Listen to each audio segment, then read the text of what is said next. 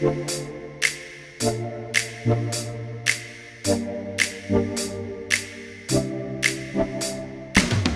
a tutti ragazzi, benvenuti e bentornati nel mio canale. In questo nuovo video andremo a visitare un luogo fantastico sulle Alpi Apuane, un luogo dove natura e arte si fondono per rendere la vostra esperienza di visita unica.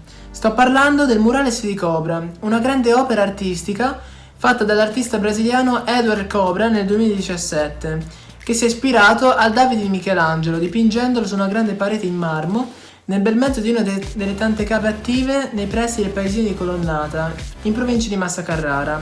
E pensate che questo stesso marmo è lo stesso marmo che lo scultore italiano Michelangelo Buonarroti ha utilizzato per scolpire una delle più famose e iconiche sculture italiane del Rinascimento, ovvero il David. Inoltre, Edward Cobra ha affermato che ci ha messo più o meno un mese, di cui 20 giorni di progettazione, ovvero andare a Firenze, osservare il David di Michelangelo da tutte le possibili angolazioni e fare molte foto, e poi successivi 10 giorni per realizzare e interpretarlo in chiave arlecchino, ovvero con colori sgargianti, su questa grande parete di marmo.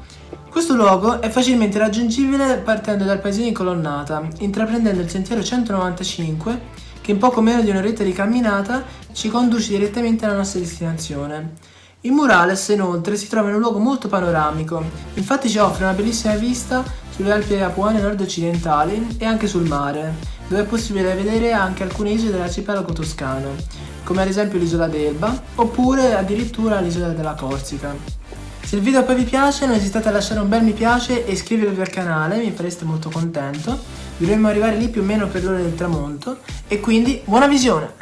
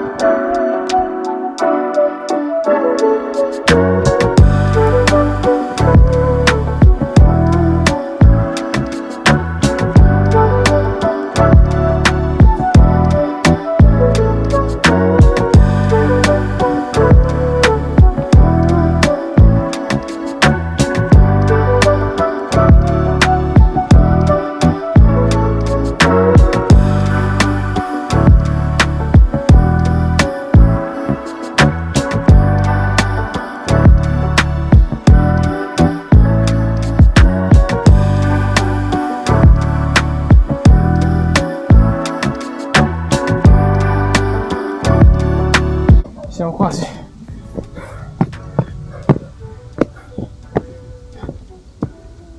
Eccoci qua. Qua sulla destra si arriva al David.